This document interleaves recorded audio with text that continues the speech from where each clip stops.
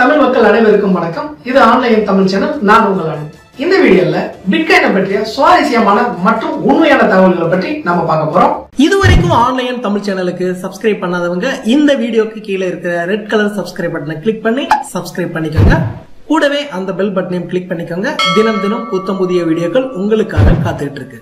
பிட்காயினை பத்தி தெரியாதவங்க இந்த வீடியோவை முதல்ல பார்த்தா கண்டிப்பா புரியாது.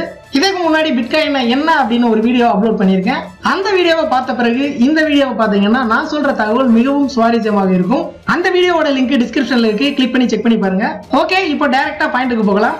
இந்த பிட்காயின் கிரிப்டோ கரன்சியை உருவாக்கியவர் சதோஷி நாகமோட்டோன்னு இந்த உலகமே சொல்றாங்க.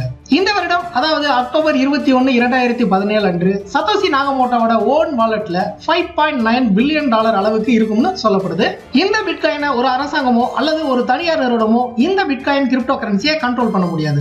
ஏன்னா அந்த அளவுக்கு இந்த கிரிப்டோ கரன்சியை வடிவமைச்சிருக்காங்க. இந்த பிட்காயின் கிரிப்டோ கரன்சியோட ஹேஷ் ஃபங்க்ஷன் SHA-256 என்ற அல்காரிதம் மூலமாக ஒர்க் ஆகுது. பிட்காயினோட டிரான்சாக்ஷனை எப்படி மெஷர்மென்ட் பண்றாங்கன்னா சதோஷி பை பைட், அதாவது ஒரு சதோஷி ஈக்குவல் டு 0.0000001, அதாவது 0 போட்டு 701 இப்படித்தான் பிட்காயினை கணக்கிடப்படுது.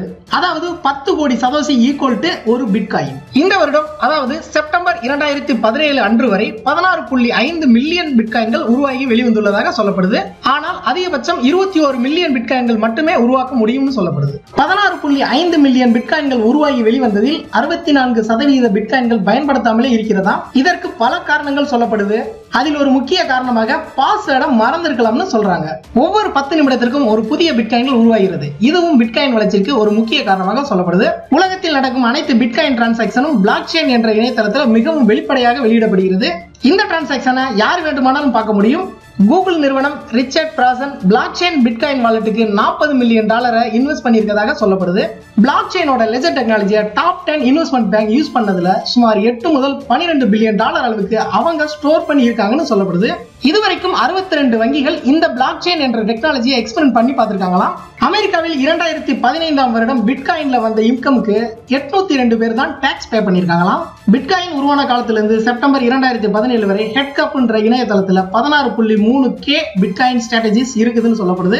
மார்ச் 2015 முதல் பிப்ரவரி 2017 வரை நடந்த பிட்காயின் டிரான்சாக்ஷன்ல 1289 மடங்கு டிரான்சாக்ஷன் அதிகரிச்சிருக்குதான். அடுத்தது ரொம்ப முக்கியமான ஒன்று, கிரிப்டோ கரன்சி பிட்காயினோட கேபிட்டல் இந்த வருடம் அதாவது ஆகஸ்ட் 2017 அன்று 75.8 பில்லியன் அளவுக்கு இருந்திருக்கு. ஆனா ஆகஸ்ட் மாதம் 100 பில்லியனுக்கு மேல தாண்டிடுச்சு. அந்த அளவுக்கு பிட்காயினோட வளர்ச்சி மிக முக்கியமாக பார்க்கப்படுது. உலகத்தில் முதலில் பிட்காயினை காலேஜ் ஃபீஸ் அக்செப்ட் பண்ணது யூனிவர்சிட்டி ஆஃப் நிக்கோசியா. இது சைப்ரஸ் நாட்டுல இருக்கு.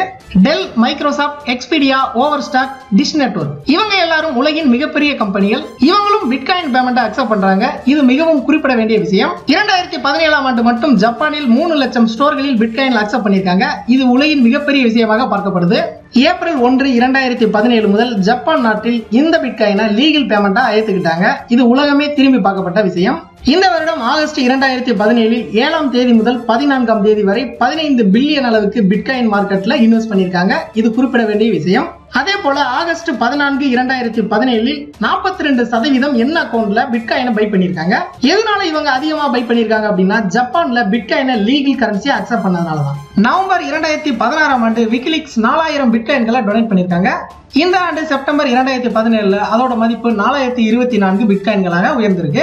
500 சூப்பர் கம்ப்யூட்டரை ஒன்றாக வைத்து ஒர்க் பண்ற வேகத்தை விட பிட்காயின் நெட்வொர்க்கோட வேகம் அதிகம்னு சொல்லப்படுது. ஒரு பிட்காயின் டிரான்சாக்ஷனுக்கு ஒரு கிரெடிட் கார்டு டிரான்சாக்ஷனை விட 3994 மடங்கு அதிகமாக எனர்ஜி அதாவது பவர் தேவைப்படுதான். பிட்காயினுக்கு அடுத்தபடியாக பார்க்கப்படுகின்ற பிட்காயின் கேஷ் மற்றும் எத்ரோவியம் 28.9 பில்லியன் அளவிற்கு கிரிப்டோ கரன்சி மார்க்கெட்ல இடம் பிடிச்சிருக்குதான். சைனீஸ் மைனிங் போல்ஸ் இவங்க மட்டும்தான் உலக பிட்காயின் டோட்டல் மார்க்கெட்ல 81% அளவுக்கு கண்ட்ரோல் பண்றாங்களாம். அதாவது ஹேஷ் ரேட் பவரை 81% அளவுக்கு கண்ட்ரோல் பண்றாங்க. ஆண்ட் போல் மற்றும் சைனீஸ் மைனிங் போல் இந்த இரண்டுமே 2016ஆம் ஆண்டு மற்றும் 2017 20% அளவுக்கு மைனிங் பங்களிப்பு இருந்ததாக சொல்லப்படுது. 4 வருடத்திற்கு ஒரு முறை பிட்காயினோட ரிவார்ட் பாயிண்ட் மைனிங் பண்றதுல இருந்து பாதியாக குறையும்னு சொல்லப்படுது. இந்த பிட்காயின்கள் அதிகபட்சம் 21 மில்லியன் தான் உருவாக்க முடியும். அதை உருவாக்கி முடிக்க 2140ஆம் வருடம் வரை ஆகும்னு சொல்லப்படுது. உலகத்தில் உள்ள பிட்காயின் அட்ரஸ்ல 90% 0.1 பிட்காயினுக்கும் குறைவாகத்தான் வச்சிருக்காங்கன்னு சொல்றாங்க. 2016ஆம் ஆண்டு $5 அனுப்ப வேண்டிய டிரான்சாக்ஷன்ல $1,37,000 சென்ட் பண்ணிட்டாரு. இதுவரைக்கும் அந்த அமௌண்ட்டை திருப்பி வாங்க முடியல. பிட்காயின் டிரான்சாக்ஷன்ல ரீஃபண்ட்ன்றது நாட் பாசிபிள்னு சொல்லப்படுது. அதனால நீங்க அனுப்பும்போது ஒரு முறைக்கு இருமுறை அமௌண்ட்டை கன்ஃபார்ம் பண்ணிக்கிட்டு அனுப்புறது ரொம்ப நல்லது. யூரோப்ல இருக்க ஜேம்ஸ் ஹாவன்ற ஒருவர் அவருடைய பிட்காயின் ஹார்ட்வேர் வாலெட்டை தொலைச்சிட்டாரு. அதுல இருந்தது 7500 பிட்காயின்கள். அதாவது அதனுடைய மதிப்பு 4 மில்லியன் யூரோ. பிட்காயின் ஹார்ட்வேர் வாலெட்னா என்ன, அது எப்படி இருக்கும், இதை பற்றி ஒரு தனியா வீடியோ ஒன்று அப்லோட் பண்றேன். 22 மே 2010 2 பீசாவோட விலை 10,000 பிட்காயின்கள். அப்போ பிட்காயினோட ரேட்டு ரொம்ப கம்மி. ஆனா இப்போ அதோட மதிப்பு 20 மில்லியன். அதாவது 2010 2 பீசாவுக்கு பிட்காயின் கொடுத்து சாப்பிட்டு இருந்தாங்கன்னா இப்போ அதோட மதிப்பு 20 மில்லியன். 2013ஆம் ஆண்டு நாகோவா அப்படின்ற கேம்பிளிங் இணையதளத்தோட ஒர்த்து $1.3 மில்லியன். ஆனா அக்டோபர் 2017 11,000 பிடிசி, அதாவது $67 மில்லியன் அளவுக்கு அதோட ஒர்த்து அதிகமாயிருக்கு. அதற்கு இந்த பிட்காயின் தான் காரணமாக சொல்லப்படுது. 2014ஆம் வருடம் எம்டி ஹேக்ஸ் என்ற பிட்காயின் எக்ஸ்சேஞ்சையும் 2017ஆம் வருடம் பிட் ஹாம்ப் என்ற பிட்காயின் எக்ஸ்சேஞ்சையும் ஹேக் பண்ணியிருக்காங்க. முதலில் மிகப்பெரிய பிட்காயின் கையகப்படுத்தல் நடந்திருக்கு. அது 2013ஆம் ஆண்டு நடைபெற்றது. அதில் மொத்தம் 1,26,315 பிட்காயின்கள் இருந்ததாம். 14 மாதத்தில் மட்டும் $1 மில்லியன் அளவுக்கு பிட்காயினை பிஷிங் அட்டாக் மூலமாக திருடியிருக்காங்கன்னு சொல்றாங்க. வருகிற ஜனவரி 2018 இருந்து சிஸ்கோ மற்றும் சுவிட்சர்லாந்துல டாக்ஸ் பேமெண்ட்டுக்கு பிட்காயினை அக்செப்ட் பண்ண போறாங்களாம்.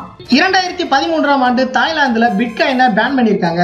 ஆனா 2016 பிட்காயினை லீகல்னு சொல்ல மாட்டோம், இல்லீகல்னு சொல்ல மாட்டோம்னு சொல்லியிருக்காங்க. ஆகஸ்ட் 2017 வரையில் உலகம் முழுக்க 55 நாடுகளில் 1402 பிட்காயின் ஏடிஎம் மையங்கள் தொடங்கப்பட்டுள்ளது. இது குறிப்பிட வேண்டிய விஷயம். ஆனால் இந்த 1402 பிட்காயின் ஏடிஎம்மில் 75% நார்த் அமெரிக்கால மட்டும் இருக்குதாம். கடைசியாக ஒரு மிகப்பெரிய தகவல், 2010ஆம் வருடம் $100 பிட்காயின்ல இன்வெஸ்ட் பண்ணியிருந்தா இப்போ அதனுடைய மதிப்பு 6 மில்லியன். அதாவது இந்திய மதிப்பு படி 60 லட்சம் ரூபாய். $100 எங்க இருக்கு, 60 லட்சம் எங்க இருக்கு? இந்த வீடியோ பிடிச்சிருந்தா லைக் பண்ணுங்க. உங்கள் சந்தேகங்கள் மற்றும் கேள்விகளை கமெண்ட் பண்ணுங்க. இந்த வீடியோவை உங்க ஃப்ரெண்ட்ஸ்க்கு எல்லாத்துக்கும் ஷேர் பண்ணுங்க. திரையில நீங்க பாக்குற இந்த வீடியோக்களை இதுவரைக்கும் நீங்க பார்க்கல அப்படின்னா அந்த வீடியோக்கு மேல நீங்க கிளிக் பண்ணுங்க. மீண்டும் நாளை புதிய வீடியோவுடன் உங்களை சந்திக்கிறேன். உங்களான ஆன்லைன் தமிழ்.